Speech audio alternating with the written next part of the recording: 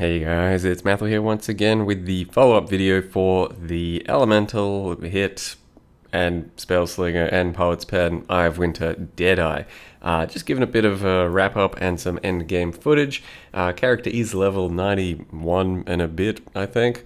And I did my best to, kind of fine-tune it. By this point, and by the point that I did my actual Conquerors and Awakener, first Awakener of the actual League as well, since I had to restart on softcore rather recently. By this point, I've done about as much as I can to min-max, except my gems are only level 19 instead of 20 or 21, so there is still a bit of power to gain there, and maybe a few more levels. Otherwise, yeah, done pretty much as I can to min-max. A little bit sad that only about 5k life, but considering we have, some good dodge evasion, good playstyle, and as well as that, sapped as a ailment on enemies pretty much all of the time, which reduces their damage they deal by 20%, I think. So we're not too bad in danger-wise. I've died very rarely on the character, and even on boss fights it's not too bad. The problem comes into play when you really do have to be quite range and positioning appropriately with the Eye of Winters, because you want the desired sort of chaining effect off the Hydrosphere. When there's a Hydrosphere next to an enemy, then if you have an additional chain on your Eye of Winters, the final setup will, or the final dissipation of the Eye of Winter will shoot out all the projectiles, chain into the Hydrosphere and into the boss. But you got to be kind of like far enough away for that to happen. So with some bosses it's a bit clumsy, with some targets like that can get a bit weird, but overall it's still good enough and did hold up, and you'll see that in the Cirrus fight just a bit later on. The main bulk of the sort of recovery though did end up coming from a couple of life gain on hit rings. So life gain on spell hit, grab 15 on each ring, so that gives us 30 life gain on hit for the spell projectiles, and the final spell projectile for that Eye of Winter that shoots out quite a lot of projectiles does do some serious carry in sustainability. At least when you sometimes need it. It's rare that I really dip too far down on life, but the couple times that it has happened where my projectiles are still being just smashed out, you bounce back up to full life almost instantly. It's a pretty powerful mechanic to have the life gain on hit for this type of a character. Otherwise, it was just a very good mapping character. As you can kind of see, I was using GMP on my Ellie hit. So the Ellie hit is doing the bulk of the actual clearing because it just shoots out instantly and kills things instantly, while the Eye of Winter comes in clutch on the slower, larger packs and that sort of thing. And you can see it does turn to a bit of a clusterfuck of projectiles. That's because I have an Arcanist brand attached to a flame wall and a Hydrosphere, and when all the projectiles are piercing through the flame wall and then like kind of spazzing out from the sniper's mark that's attached to the boss and the enemies, it just gets into a bit of a clusterfuck. I don't think the flame wall's at all necessary. I was kind of just toying around with the idea of it and seeing if it does anything, and it should potentially be like a 5 to 10% damage increase, I think, but yeah, it just adds a whole mess of things happening. So probably not really worth doing. Keep in mind, definitely just take it out if you're trying to copy my exact setup. Otherwise, Arcanist brand attached to Hydrosphere is possibly the play, because it does just keep resetting the Hydrosphere on top of the enemy, and thus hopefully achieving the chain effect. Or you could just place your own Hydrosphere manually without the Arcanist brand, and that might be the actual play. It's just still kind of hard to tell, I think. In any case, you can see, yep, good clear. I was very happy with the character's clear. It was very fun to play. Pretty cheap to make overall. At least it was when I was first making it. Don't really know what the prices of some of the things are anymore.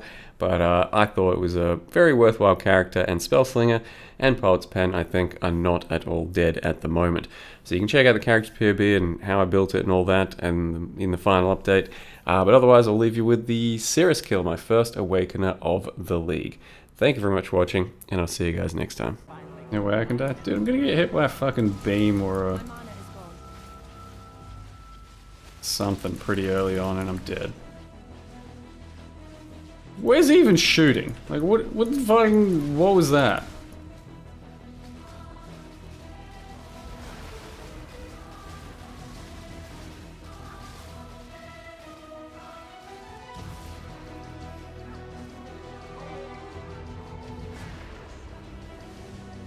I also might just run out of mana flask. Like, I was very conservative on it just then.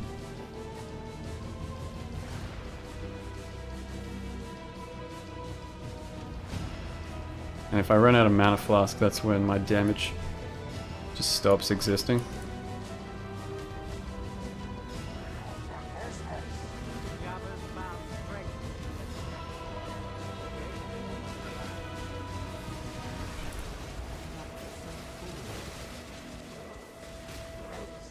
I'm not up to that.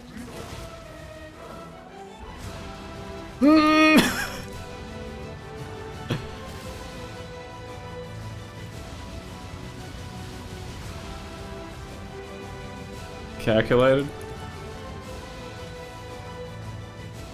Should have died. No. I had the perfect amount of health. Fight me. It's shocking every time as well. What the fuck?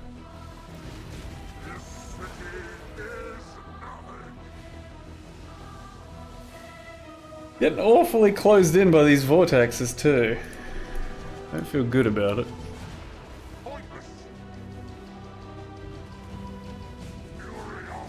It's been so long, man. I can hardly even remember, but you guys remember that fucking the vortexes used to have like AI and you had to like push them around, more or less. What a glorious fight.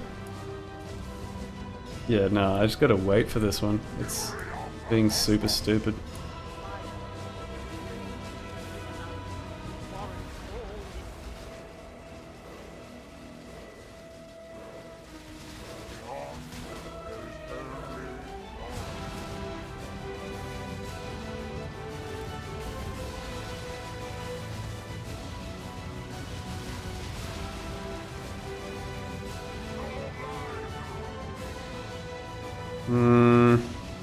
I'm gonna go up this way.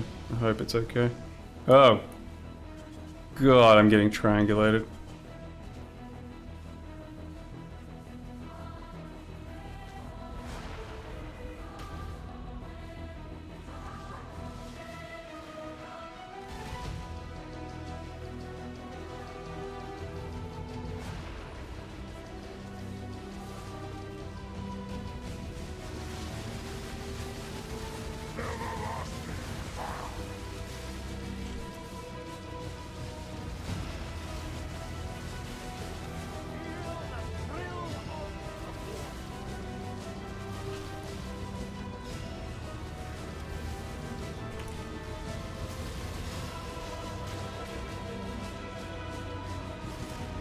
It's fucking fine.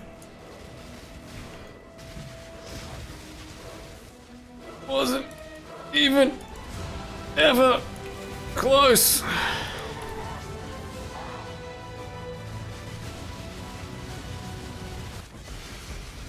Whoop. Imagine doubting when I was at like 100% of life the entire time. Just got slapped by a beam, cancelled the corrupting blood in time.